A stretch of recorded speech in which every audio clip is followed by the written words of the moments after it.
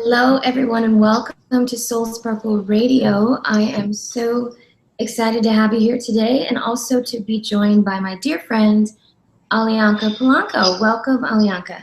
Thank you, Haley. I'm so excited to be here. Yay. So just so you guys know, Alionka is a inspirational speaker, personal life coach for female leaders who want to change the world through their brilliance. Through her own live events, coaching packages, and virtual training, Alionka lives to inspire you to live the life of your dreams so you can make a tremendous impact on the world, which I think you understand now why Alionka is a guest on our show today, because we have such a similar vision and mission to help women be the very best that they can be in their world. So welcome, Alionka. So glad to have you. Thank you so much, Haley. I'm grateful to be here. So you know how we always start the show with our the one question that's planned, which is, what makes your soul sparkle and what lights you up from the inside out? I have a few things right now. There are some things that I'm creating that I'm really excited about because I'm an artist at heart. Before I was an entrepreneur, I was an actor. So I'm very much a creative being. And when I get to create in my business, it lights me up so much. So that is lighting me up right now. About 6 months ago, I got a puppy and he lights me up. He makes my whole day just like elevates my existence, really. And you know what else really lights me up, Haley? I have been really focused on cultivating meaningful relationships this year with my partner, with my best friends, with my acquaintances, with my colleagues, just like really inviting myself to be present to everyone's journey, regardless of where they fit into my life. And so that really lights me up, having the time to, or making the time just to really listen to someone and to support them. I love that. I love also the idea of just those, echoing the desire for creating connection, because I feel like, especially as entrepreneurs, when you're on your own all the time, you're not part of maybe necessarily a corporate environment and you're by yourself a lot. So I've realized for me too that reaching out and creating those meaningful connections, like being able to stay connected with you in such a lovely way, those are really valuable, especially when you feel like you're maybe isolated. So thank you for mentioning that, because I think that's part of what people don't maybe necessarily recognize when you are in your business.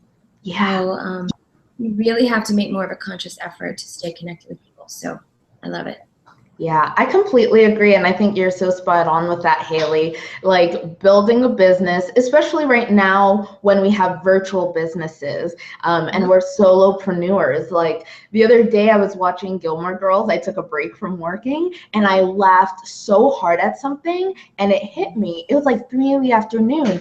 And I realized it was the first time I had laughed all day long. You know? So I've really been working to make sure that I am in connection and in communion all as much as possible. Yeah, I've been talking about that a little bit in my my Soul Sparkle Circle, the group of women that I work with online, and it's just, that's part of the reason I created that, is so that way you don't feel alone, because there's so much of our lives spent thinking, I must be the only one that feels this way or the only one that has this experience. So being able to gather women in that way has been really special as well. So I love that you're creating an intentional opportunity to connect with other women. I love that.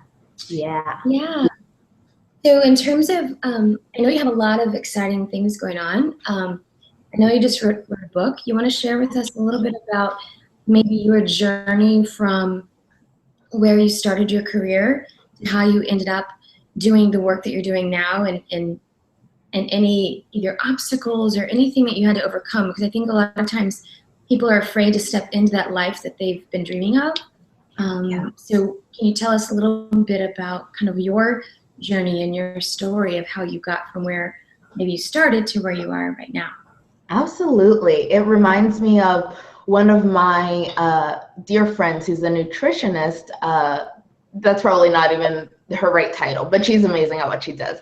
And one of her taglines is, "It takes courage to be happy." And my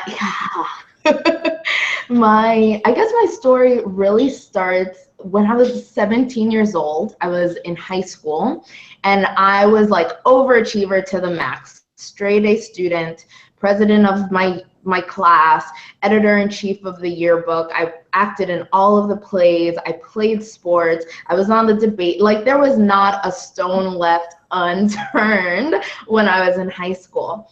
And my junior year, I was president of my class, and there's always a re-election, and I lost my re-election. My vice president had run against me, and we're actually still friends, but she won the election. And I was devastated, Haley. I remember crying, and like, I had play practice right after the announcement came out, and we were not doing a sad show, but I couldn't stop crying, to the point that the guy who ran the drama club at school, he was like, "Alionka, do you need to go home? Like, I'm not sure how to help you." But I was just so upset. And when I did finally get home, I guess I've always been an introspective person, and I was trying to figure out what about it made me so upset. And I was definitely embarrassed. But when I thought about it, I realized that I wasn't really sad at losing the position. To me, it was like, oh, that's one less thing to do senior year. And when I had that realization, I was like, wait, why did I ever run for president? Like, what in me wanted that? And I realized it was just because I heard that it would help me get into a good school, and it would help me get a scholarship. And so at the ripe old age of 17, I had this realization that all of my actions were in service to someone else and not in service to me. And so after that realization, I really made a self-commitment, kind of like a promise to myself, that never again would I do anything that wasn't because I wanted to do it, right? So I quit almost every club. I only stayed in the theater club because I was like, this is what I want to do. Forget everything else. And I went to college as an acting major. And so that's really, like, that moment was a defining moment, just making that promise to myself that I would never again do anything that I don't want to do. And of course, that's where, like, yeah. That was 17. Sorry. Yeah. I would just like to point out how beautiful it is that you learned that lesson at 17, that most people don't, either never learn, or B, it takes them till they're 30, 40, 50, 70 to figure that out. So how wonderful that you began to live from your own compass, your own inspiration, your own voice at that age versus waiting so much longer. So totally. What a blessing. You're so right. And and it doesn't come with ease. Like, when I decided to give up everything, my parents were like, "What are you doing? Like, who told you this was a good idea?" And I was like, "Me." And then that kept happening through my life. So I went to college as an acting major, and 3 months before I graduated, I realized, I don't know, that I just didn't want the lifestyle of an actor. And so here I was 3 years and 6 months into my degree, and realizing I needed a shift. So again, my parents were like, "What are you gonna do?" And at the time I had a scholarship, so I was able to do a master's, and I did a master's in education. And again, 4 months before that ended, I was like, something still isn't right. Like, if I do this, I will not be happy. And it's really not fair to take a position as a teacher and get to, teach all these kids when I myself am not happy. Like, that just did not sit well with me. So yet again, I was on the search for what to do.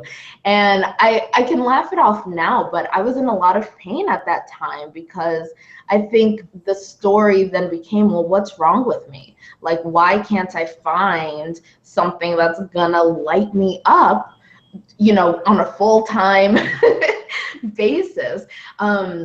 So I felt like something was wrong with me. My parents were like, what are you doing? You're so smart. Why? Like, they were confused and I didn't have an answer for them. My partner was so supportive, but also kind of like, hey, what? What are we doing here?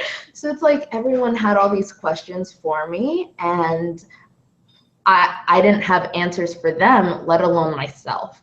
So that really was the obstacle, was like going on this internal journey, really, and then having to produce results on the outside. Yeah. How did you finally figure out, going from, that moment of, wow, that internal inquiry, if you will, right? So how did you get from that to then getting into the life coaching? And did you have your own coach, or did you find that path? I love that. So something that was clear to me, I spent a summer soul searching, right? So I had just graduated, and I took the summer off. I didn't work, and I was just soul searching. I traveled a little bit, and I did come to the realization that no matter what I did, I wanted to help people. Like, that very much was like a fabric of who I am. And then, kind of in a practical way, I just started to Google alternative careers for teachers. Right, because I had this master's degree, so what was I going to do with that? And at some point in my master's, a teacher had us take a personality assessment, the Myers-Briggs. So I knew I was INFJ. So I looked alternative careers for teachers and careers for INFJ. Nice. And yeah, and so I'm a personality assessment junkie. I still take them. I give them to my clients. I think they're so great. I love. Yeah, and one of the things was counselor. And I was like, if I go back to school, I could kill myself. Like, that's just not an option right now. But in like reading up on counseling, I heard about coaching. And as I started to read about it, I was like, this sounds doable. Like, this sounds interesting to me. And for the past however many years, nothing has really grasped my interest the way coaching has.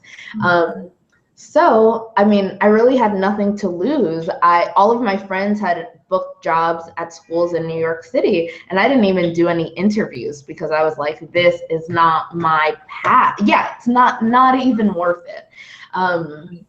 So I enrolled at NYU. They had a coaching certification, and I announced to my Facebook, my personal Facebook, I said, hey everyone, career change. I'm gonna be a life coach, and I'm gonna take on 5 free clients for a month, just to see if I like it, because I'm a hands-on learner.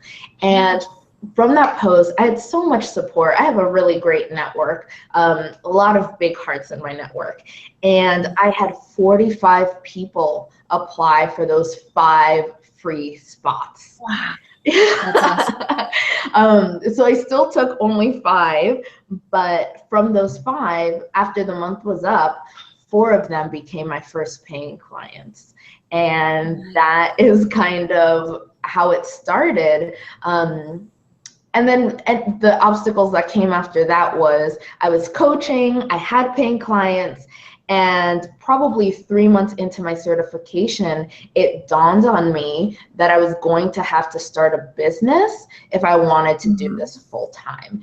And that had never crossed my mind. Like, I came to coaching because it fulfilled me, not necessarily like to make a ton of money or to do whatever. So it took me a second to accept that I was going to be an entrepreneur. How cool that you just followed you followed your highest excitement, right? Like, you followed lit you up.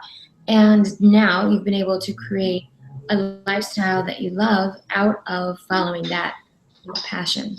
So, yes. And if someone had told me back then that this would be my life now, I, I would be like, in what world do you live in? Like, what?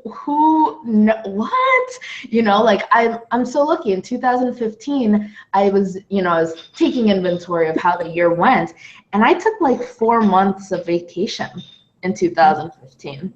And not even intentionally. Now I'm intentional about, my time. But I was just like, oh, I'm good. I never in my life would have pictured that life could be so good. And I love that you just said that, following my highest excitement, because I didn't even know. I was just following this like inner voice. mm-hmm. I think that's been the most, at least recently, like when I'm trying to make decisions, that is my new like baseline. Like, well, what am I most excited about? Well, if I'm most excited about this thing, then I'm going to go down that path, right? Because it's like the way our intuition tells us that we're on the right path. And when we have to make choices about things, it's really easy, I think, for us, like for you when you're in school. Well, the logical reason or the logical thing would be for me to stay in this program and to follow this path because this is what my parents have always said, or my teachers, or the expectation is that you'll have a set, steady job, which is, there's nothing wrong with that. However, if your highest excitement is something else, then you won't necessarily feel as lit up and sparkly if you don't follow that highest excitement to the other path. So I love that you have honored your intuition, honored your, what is in your highest and best, and you weren't afraid to allow yourself to have the life that you wanted. Because I think a lot of times too, folks, and I was just interviewed a couple weeks ago around this topic, and she asked me, well, what if you were to tell people how to begin to create a magical life for yourself, like what you're speaking of, this life that you never thought was available to you or never thought was really possible?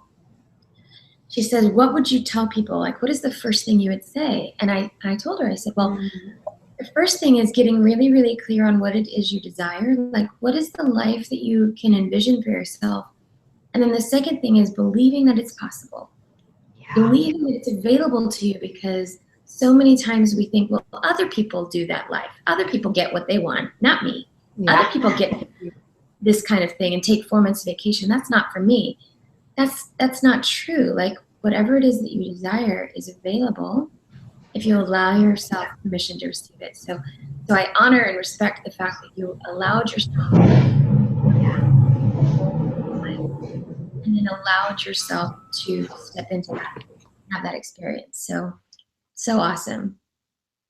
So awesome. I love that. And yeah. So I want to hear more, and I'm sure our listeners would love to hear a little bit more about the book you just wrote. I know you just came out with a book recently. Would love to hear more about that, and then how you're using that to serve the world and bring your mission and vision to more people.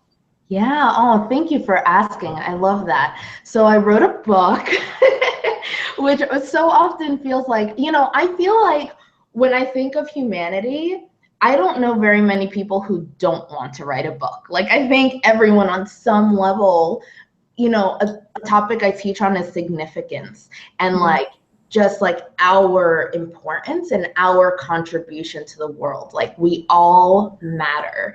And I think a book is almost evidence of that truth, So I wrote this book, and it was, my mentor challenged me on February 12th. She said, if you write this book by our next meeting, June 21st, I will feature you to my audience of 150,000 people. Oh my God. And Haley, I'm such a love bug, but I love a good challenge. Like, throw this down, I'm in. I am in. And it's really funny because, so the book is called Beyond Profit, The Successful Woman's Guide to a Meaningful Life. And it's very much based in my own story of, I had a breakthrough year in my business. And once like the money I'd been working so hard for was there was still like a hole. And I always thought money would just cure it, and it didn't. And so then I had to go on this other internal journey of like, well, what is meaningful to me? And what, like, so I thought it was money. I know it's not now. So what is it then? And of course, like the teacher, we teach what we have to learn. So a lot of my clients run really successful businesses and are like up at night crying because it's like, wait, I thought this was gonna be it, and it's not been. So the book is really about that, and the book is really cool actually because it takes people right through my process. You don't even need me. The book takes you through my process of how to figure out how to cultivate meaning in your life. And thank you. And I'm really excited about it, and I'm really, really proud of it. And it's funny because writing the book was a process in and of itself. So like I mentioned, my mentor challenged me in February, and I in my head, I had already decided, yes, I will accept this challenge. I didn't start writing it until May. Because because I just had to, I'm sure you experience this with your women too. Like we have to get out of our own stories and our own egos to create like what is so important to us and to create our life's work, and it took me February to May, that's like 3 months. It took me 3 months to get out of my own way. And once I could get out of my way, that book was channeled. Like I wrote the book itself in like 12 hours. It's a tiny book. It's only 25 pages, and it's really actionable. So there are questions at the end of every chapter to help you get clear on meaning. But so the book itself was easy to write. Actually sitting down to write it was probably the hardest part of that journey. Just like, who am I to write this book, right? Like that's the question that came up. Like, who's gonna listen to this? So all of those ego questions. Fun game. Yeah. Scrap fight with your ego. Yeah. Well, but the truth is, and I think you spoke earlier about this, how there are so many of us that have stories to tell and have experiences and have had, suffering and sadness and challenges, and our ability to take those and then create a message in a way that can serve others because of those experiences that we've had. That to me is such a beautiful offering, and how to take maybe what was in the darkness and transmute that into the light and share it in a way that maybe is either inspiring or motivating and potentially transformative for people. So I'm in the process of writing a book right now too. So I get that whole like get out of the way and just get it in. Just like get the stories out of your heart, your soul, your body, your brain, because they can be used to help other people. I like to call it, the way I refer to it is like consolidating the learning curve, right? So I've had to go through all of this stuff. If I can just like condense your learning, like help you avoid some of the stuff that I did, and I'm sure you might feel the same way. It's like that to me is what the beauty of getting that kind of work out into the world. So any of our listeners, any of you soul sparklers out there that are inspired by Alionka's story to write, or my story to write a book, we would encourage you to take the challenge. And I'm really proud of you, sweet friend, for doing that. That's thank you. Ever. So in terms of the way you work with folks, I know you do a lot of one-on-one coaching. You also have some group things. Is there anything else that you'd like for our listeners to know about how to either connect with you, or anything else that you're doing that you'd like for them to know about? I would love for anyone listening to just connect with me. So find me on Facebook, find me on Instagram, find me on Snapchat. I'm Alionka Polanco in all of the places. And I do work with people one-on-one. The book is really exciting because it's like $4 on Amazon. So I feel like anyone can now be impacted by the work that I do. And I would just encourage people to sign up for my email newsletter. That's what I would say, because I do events, I do workshops in New York City. I'm actually starting a local mastermind in New York City. Oh, Haley, that's what I'm creating, that I'm so excited about. So excited. But all of those details go out through my email newsletter. So I kind of treat my email newsletter like an inner circle kind of thing, and they hear about everything well before like the general public does. So definitely join my email newsletter and you'll be kept up to date on everything. Wonderful. And hopefully one of these days we're going to get to do some magic together. So Yes. I'm looking forward to that. So thank you so much, Alionka, for being here today. We appreciate your message. We appreciate your work in the world. And thank you for bringing and being a bright light. We love you. Oh, I love you too. Okay. I'm sending Thank so you. much love to all of the soul sparklers. Yay. And thank you again, everyone, for joining us today. We look forward to the next episode of Soul Sparkle Radio.